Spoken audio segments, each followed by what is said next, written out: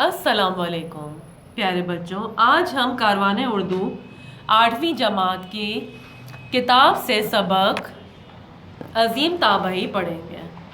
پیارے بچوں، تعارف کی طرف چلتے ہیں۔ آپ جانتے ہیں کہ صحابی رضی اللہ تعالیٰ عنہ رسول اکرم صلی اللہ علیہ وسلم کے ان ساتھیوں کو کہتے ہیں جنہوں نے ایمان کی حالت میں آپ صلی اللہ علیہ وسلم کو دیکھا یا آپ صلی اللہ علیہ وسلم سے ملاقات کی ہو۔ یعنی کون ہوتے ہیں صحابی؟ جو آپ صلی اللہ علیہ وسلم کے شانہ بشانہ رہتے تھے، ان کے ساتھ گفتگو فرمایا کرتے تھے، ان کے ساتھ بیعت لیا کرتے تھے اور ان کے ہر کام میں آگے سے آگے رہا کرتے تھے۔ اس کے بعد کیا آپ جانتے ہیں کہ تابعی کسے کہا جاتا ہے؟ تابعی اس عظیم بزرگ کو کہتے ہیں جس نے اصحاب رسول صلی اللہ علیہ وسلم کا دور اپنی آنکھوں سے دیکھا ہو۔ تابعی کون ہوتے ہیں؟ وہ عظیم بزرگوں کو کہا جاتا ہے جنہوں نے اصحابہ اور رسول اکرم کا دور اپنی آنکھوں سے دیکھا ہو اور ان عالی مرتبہ ہستیوں سے دین کا علم سیکھا ہو، یعنی ان سے دین بھی سیکھا ہو، دین کے بارے میں علم جانا ہو ان سے۔ آئیے ایک عظیم تابعی عروہ رحمۃ اللہ بن زبیر کی زندگی کے ایمان افروز واقعات کا مطالعہ کریں۔ پیارے بچوں، عروہ رحمۃ اللہ بن زبیر کی ولادت حضرت عمر فاروق رضی اللہ تعالیٰ عنہ کے دور خلافت میں ایک بلند مقام مسلمان گھرانے میں ہوئی۔ یعنی حضرت عمر فاروق کے دور خلافت میں حضرت عروہ بن زبیر کی ولادت ایک عالی مسلمان گھرانے میں ہوئی۔ ان کے والد زبیر بن عوام رضی اللہ تعالیٰ عنہ خاص صحابی رسول تھے، یعنی آپ صلی اللہ علیہ وسلم کے خاص صحابی ہوا کرتے تھے بن زبیر، یعنی عروہ بن زبیر بن عوام۔ آپ رضی اللہ تعالیٰ عنہ نے سب سے پہلے حمایت اسلام میں تلوار چلائی تھی۔ آپ رضی اللہ تعالیٰ عنہ ان 10 اصحاب رضی اللہ تعالیٰ عنہ رسول صلی اللہ علیہ وسلم میں سے ہیں جن کو دنیا میں ہی جنتی ہونے کی خوشخبری سنا دی گئی تھی۔ یہ دیکھیں آپ کہ ان کا کتنا بڑا مرتبہ تھا کہ آپ رضی اللہ تعالیٰ عنہ کو دنیا میں ہی جنتی ہونے کی خوشخبری سنا دی گئی تھی۔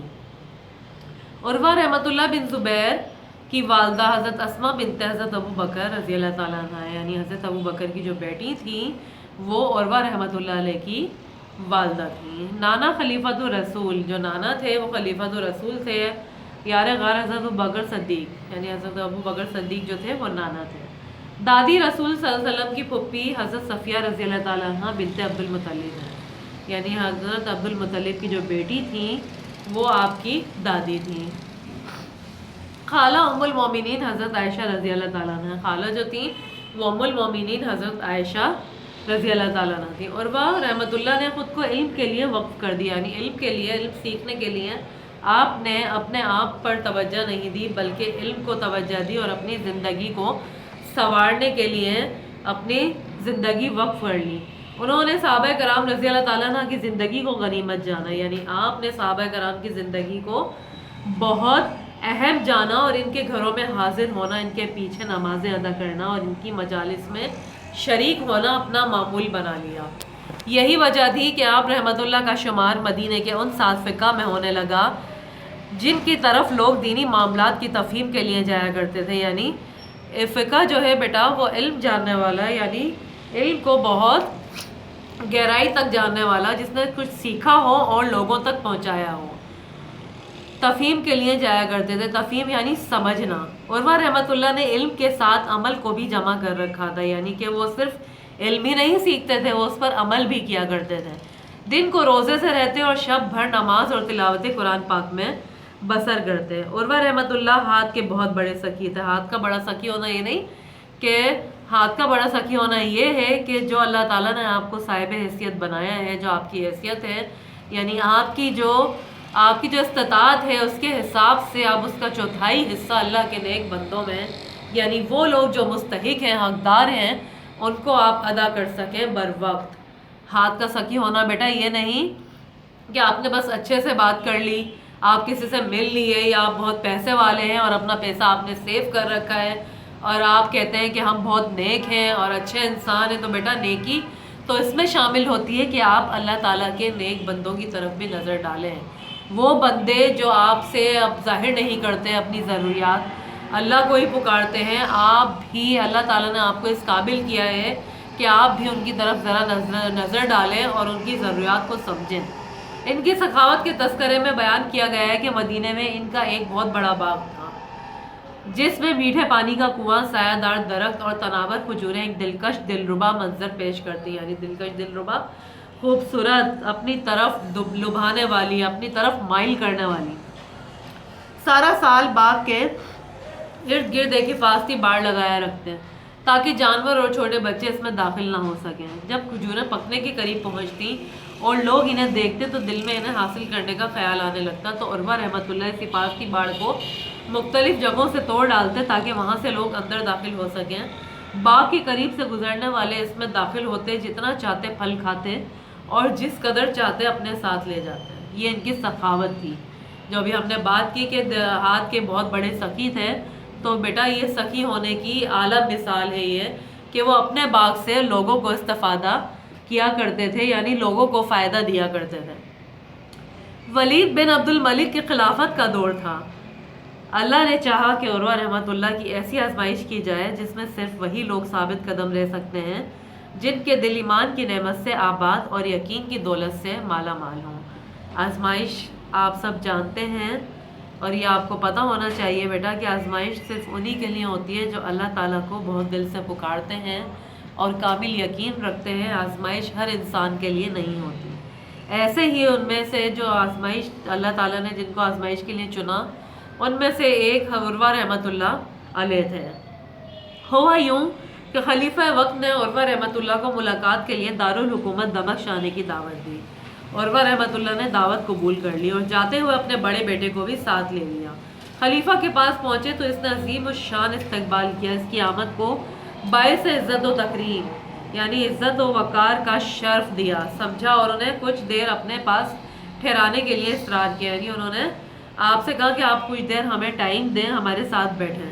عروہ رحمۃ اللہ کا بیٹا خلیفہ کے استقبال میں گیا تاکہ وہاں موجود عمدہ نسل کے گھوڑوں کا مشاہدہ کرے، یعنی انہیں دیکھے کہ وہ کس قسم کے ہیں اور کس نسل کے گھوڑے ہیں۔ لیکن شومِ قسمت، ایک گھوڑے نے بچے کو ایسی کاری دولتی ماری کہ وہ زندگی سے ہی محروم ہو گیا، یعنی شومِ قسمت کا برا ہونا، یعنی قسمت میں جو لکھا تھا وہ برا لکھا تھا۔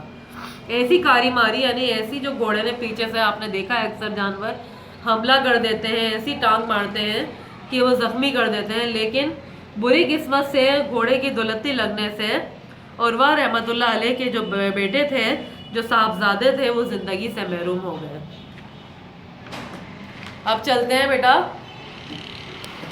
ابھی یہ غم زدہ باپ بیٹے کی قبر پر مٹی ڈال کر فارغ ہی ہوا تھا کہ اس کے اپنے ایک پاؤں کو ہڈی خور بیماری لگ گئی، یعنی کہ ہڈیوں کا مندمل ہو جانا، ہڈیوں کا چور چور ہو جانا، زخم لگ جانا، گوشت پھٹ جانا، یہ بھی بیٹا اللہ تعالیٰ کی طرف سے ایک بیماری ہے، ٹھیک ہے، وہ لگ گئی۔ سارا پاؤں ورم کی زد میں آ گیا، یعنی پورا پیڑ جو تھا وہ اس میں ورم آ گیا، گوشت کا پھول جانا، ورم بڑی تیزی سے پھیلتا اور بڑھتا جا رہا تھا۔ خلیفہ نے اپنے مہمان کے علاج کے لیے ماہر طبیبوں اور معالجوں کو طلب کیا، یعنی کہ ہر طرح کے طبیب اور معالج بلائے گئے۔ سب کی اجتماعی رائے یہ تھی کہ پاؤں کو پنڈلی تک کاٹ دیا جائے، یعنی کہ جو پاؤں تھا وہ پوری پنڈلی سمیت کاٹ دیا جائے، ورنہ سارے جسم میں ورم پھیل کر موت کا سبب بن سکتا ہے۔ یہاں تک کی نوبت آ گئی تھی کہ ان کو خطرہ تھا طبیبوں اور معالجوں کو کہ اب یہ پورے ورم پھیل کر ان کی موت کا سبب بن سکتا ہے۔ عروہ رحمۃ اللہ کے لیے بھی اس تجویز کو قبول کیے بغیر چارہ نہ تھا۔ کیا کرتے عروہ رحمۃ اللہ علیہ؟ یہ تجویز انہوں نے قبول کر لی۔ جب جرہ پنڈلی کاٹنے کے لیے حاضر ہوا، گوشت کاٹنے کا تیز دھار نشتر اور ہڈی کاٹنے والی آری سامنے رکھی، یعنی کہ جو آلہ تھا گوشت کاٹنے والا تیز دھار، وہ آپ نے سامنے رکھے اور رحمۃ اللہ سے کہنے لگے، عروہ رحمۃ اللہ سے کہنے لگے، میرا خیال ہے آپ کو تھوڑی سی شراب پلا دی جائے تاکہ ہڈی کاٹتے وقت تکلیف محسوس نہ ہو۔ شراب آپ جانتے ہیں بیٹا حرام ہے، ہمارے اسلام میں شراب کو حرام قرار دیا گیا ہے، ٹھیک ہے، اس میں اس بات کا تذکرہ ہے۔ اب آپ سنیں غور سے کہ تھوڑی سی شراب پلا دی جائے تاکہ ہڈی کاٹتے وقت تکلیف محسوس نہ ہو، ان کو غنودگی آ جائے اور انہیں تکلیف کا احساس نہ ہو۔ لیکن عروہ رحمۃ اللہ نے فرمایا، میں ایسا ہرگز نہیں کروں گا، میں بیماری سے صحت یاب ہونے کے لیے حرام چیز سے مدد نہیں لے سکتا۔ مجھے امید ہے کہ اس دوران ذکر و تسبیح میرے لیے کافی ہوگی، یعنی کہ جب میں اپنی زبان سے اللہ تعالیٰ کا نام لوں گا، وہ کلمات ادا کروں گا جس سے میرا رب خوش ہو جائے گا تو میری تکلیف میں قدرتی کمی آ جائے گی، لیکن میں شراب کا استعمال نہیں کروں گا۔ پھر زہرا نے اپنا کام شروع کر دیا۔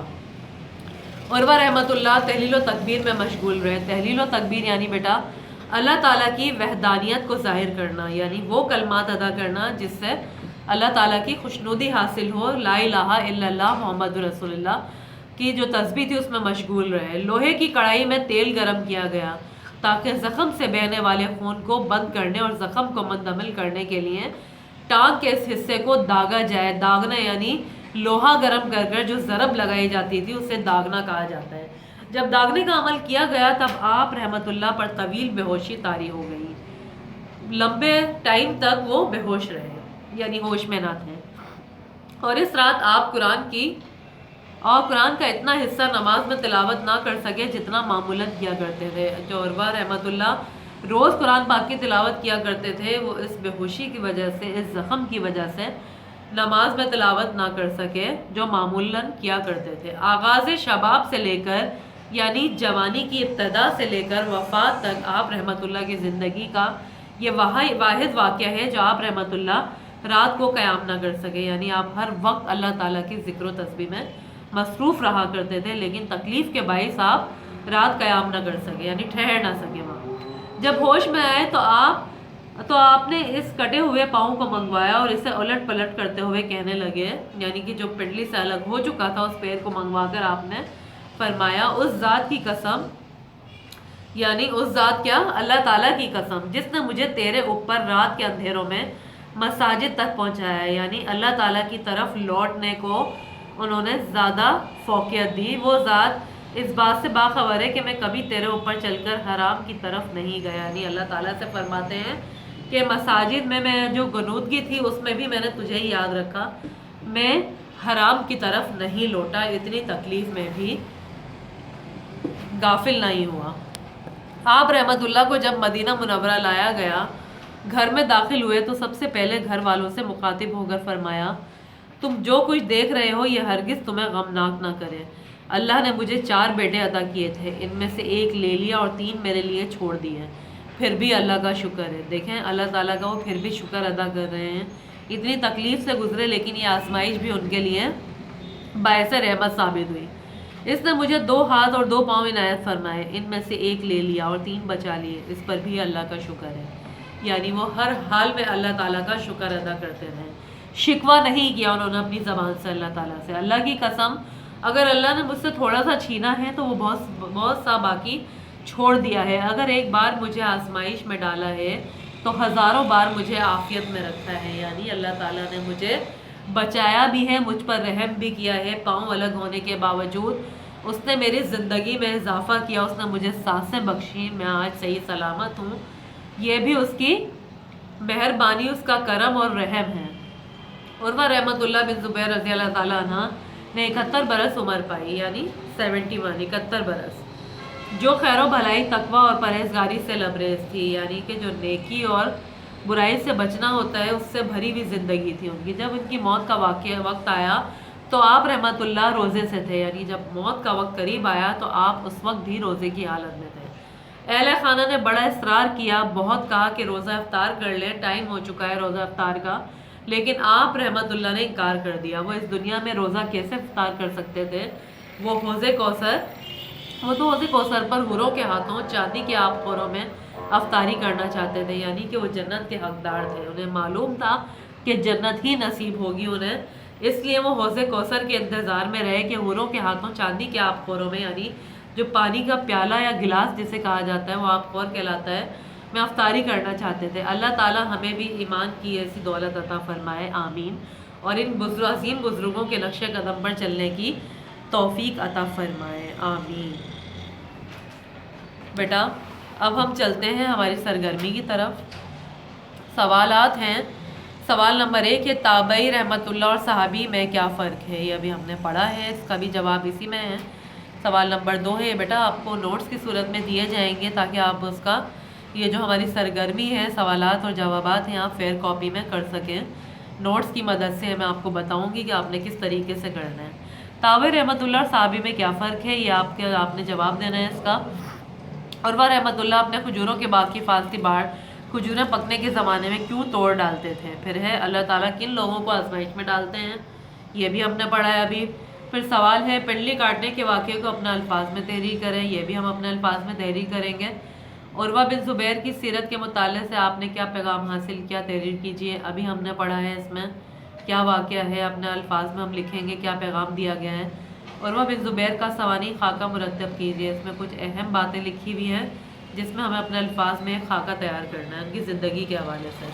پھر چلتے ہیں تفہیم کی طرف۔ تفہیم میں پیارے بچوں دیے گئے الفاظ و محاورات کے درست استعمال سے عبارت کی خالی جگہ پر کیجیے۔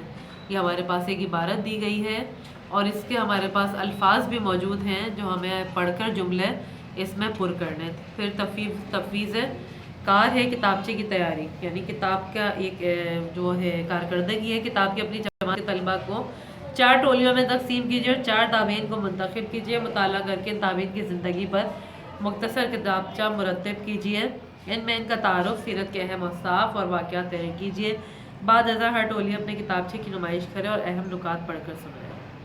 یہ تھا بیٹا ہمارا عظیم تابعی۔ اللہ حافظ۔